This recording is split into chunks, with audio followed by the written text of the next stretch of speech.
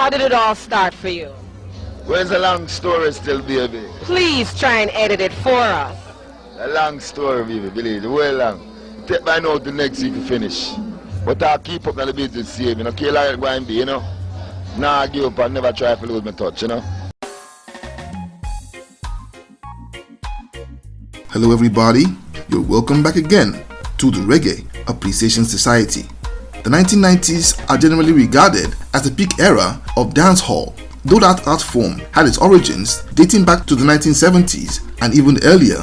It would officially become the biggest sound in Jamaica over roots reggae in the 1980s. A decade that saw a super talented generation of lyrical wizards overall the dance floors and the airwaves and put the world on notice of what was to come. These 80s icons were the ones who set the stage for the likes of Shabba Ranks, Supercat and Buju Banton. And some of these pioneers include names like Burrow Banton, Early B, and the subject of today's video in the spectacular and highly gifted Nicodemus, easily one of the most talented DJs to ever hold a microphone, a trailblazer who inspired numerous youth and spawned many musical offspring who copied his style as well as his name. From DJs like Nicodemus, who first called himself Nicodemus Jr., down to Junior Demus. He was their prototype and inspiration. Even less obvious examples like Supercat, who was first known as protege of Early B. He actually developed his flow and style based on Nicodemus' own technique. An absolute titan on the sound system circuit, he was one of the architects of modern dancehall and was celebrated as the DJ's own DJ by his peers. But as dancehall was taking off on a global scale, health challenges and other reasons would bar him from truly attaining worldwide superstardom.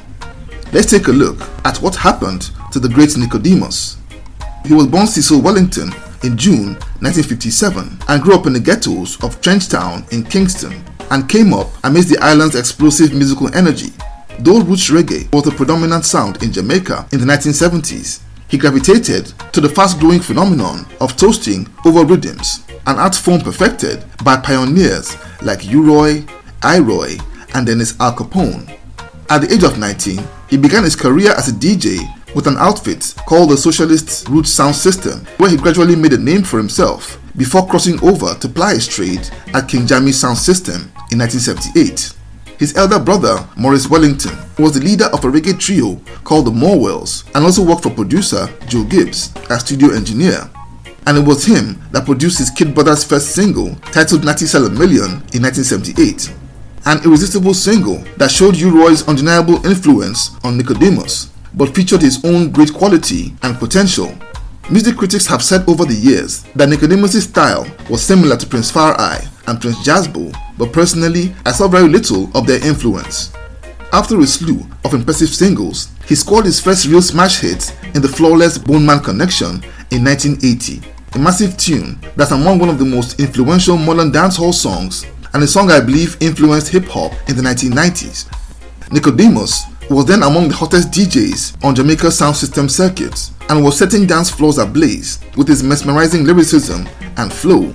In fact, one evening, he went to perform at a dance that was organized by U-Roy sound system King Sturgav. And also in the hall that evening was a 15-year-old boy called John Taylor, who came in there to pick bottles discarded by revelers. Nicodemus performed his hit song Bone Man Connection and totally mashed up the place.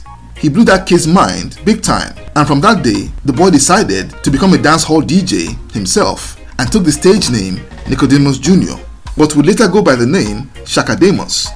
In those times, one of the numerous aspiring youngsters that he would mentor was a then 18-year-old Supercat, who at the time was the fast-rising toaster at the wildly popular Kilimanjaro sound system. And in those early days, Supercat was an imitator of dancehall legend Big Youth and was under the wing of Early B, but was also a massive admirer of Nicodemus and would over time develop his own style from borrowing from that of his two mentors. As the 1980s unfolded, Nicodemus began to focus his energy on recording his material and released 4 albums, the first being a Clash album titled Nicodemus vs. Ranking Toyin, followed by dancehall style Gunman Connection and She Love It in the Morning. His recorded material would find its way abroad and help to build him a massive fan base with Jamaicans in the diaspora, and Nicodemus was suddenly in high demand for overseas shows and tours and would travel extensively doing shows all over the Western Hemisphere. and in fact, he practically lived in New York for a while as resident DJ with a Virgo hi-fi sound system. But with the dawn of the digital dancehall era in 1985, his career would slow down a little as he tried to adapt to this new sound. But it didn't take long for this maestro to get on top of the new Reggae sound, and he would re-establish his dominance with his 1986 album Enough Respect, followed by Mr. Fabulous, also in the same year. His resurgence would coincide with the remarkable debut of his former student in Supercat, who had hit the scene with his first two albums, In See Boop's Day and Boops, in 1985 and 1986 respectively, and the pair would from then collaborate very closely both in the studios and in a series of tours in that period in the US and the UK, along with the likes of Burro Banton and Nicodemus. In fact, their close collaboration led to a joint album, Cabin Stabbing, that came out in 1990. This album, which was released under Supercat's label Wild Apache Records, became an underground smash hit. So the 1990s would usher in dancehall's golden era and grand introduction to global acclaim as it gained massive acceptance by international audiences. But unfortunately, it also coincided with bad news for Nicodemus as he found out that he had diabetes, and his health condition would greatly slow down his recording of new music and touring, and he would put out material at a much slower rate.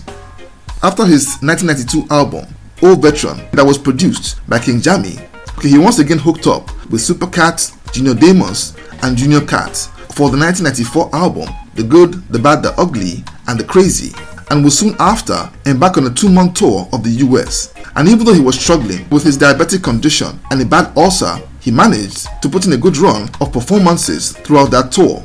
He had been following his doctor's orders to totally stay off alcohol, and that kept him going. But one night in August in 1996, he went out partying with some friends after a weekend show in which he rocked the house, and unfortunately, he got carried away and had a couple of drinks.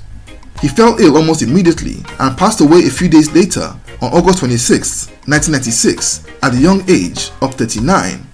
A massive blow to dancehall's global fraternity as one of the most gifted toasters ever to hold a microphone, and a major inspiration and driving force behind dancehall's world dominance was no more. It will be no exaggeration to say that Nicodemus' influence in dancehall is similar to Dennis Brown's influence on reggae vocalists for over 2 generations. And to put this in perspective, Nicodemus passed his own style down to Supercat, whose own style would filter down to younger artists like Sean Paul and countless others. The great Nicodemus was simply a trailblazer and a master in the art of toasting, and though he may not have really broken into mainstream success like many of his students would, his place in the pantheon of reggae legends is undeniably secure as simply one of the most gifted DJs that the art form has ever seen. So there you have it. Thank you for watching the video today. Please leave a like, subscribe, and until next time, Jah bless.